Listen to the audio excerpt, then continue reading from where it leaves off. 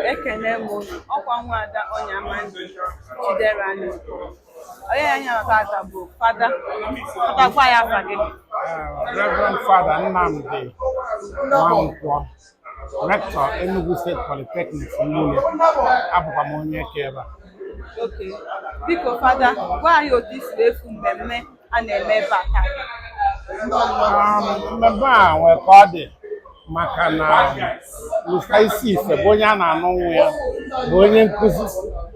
Anyị nwa bụ ndị nkụzi wee bịa gbaa ya gburugburu.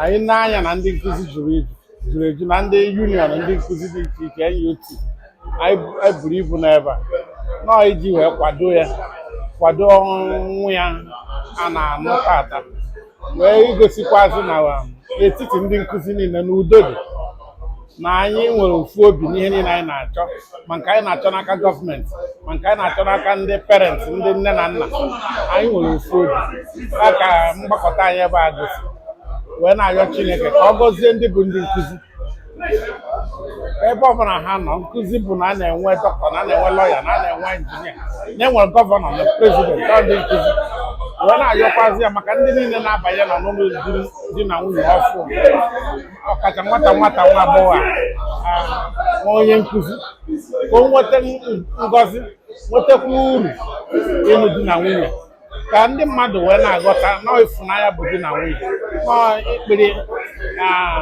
inwe mkpiri ebe mmadụ ibe ya nọ n'ọkwa nghọta na-enwesị ihe ndị a alụmdi na nwunye a na-aga n'ihu ọmụmụ ụba abụrụ nke ha ebe ekpere anyị na-ekpe n'isi ụmụaka n'ụrụ dịka ọmụmụ ụba na ịfụnanya ya bụ na anyị na-arịọ Chineke ka ọ gọzie anyị nwabụ ndị bịara kwado anyị nakwa ka anyị were aṅụrị na ihe niile a na-eme wee bụrụ ihe ga-adị mma na ihe tọrọ atọ.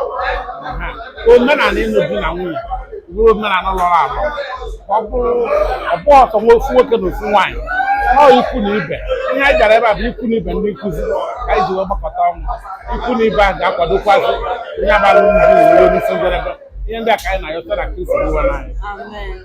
Fada ekene m gị ikwuru ọfụma. Igbo bụ Igbo, so na Mobe TV ka ikwuru ya bụ mmemme si aga. Ekene m.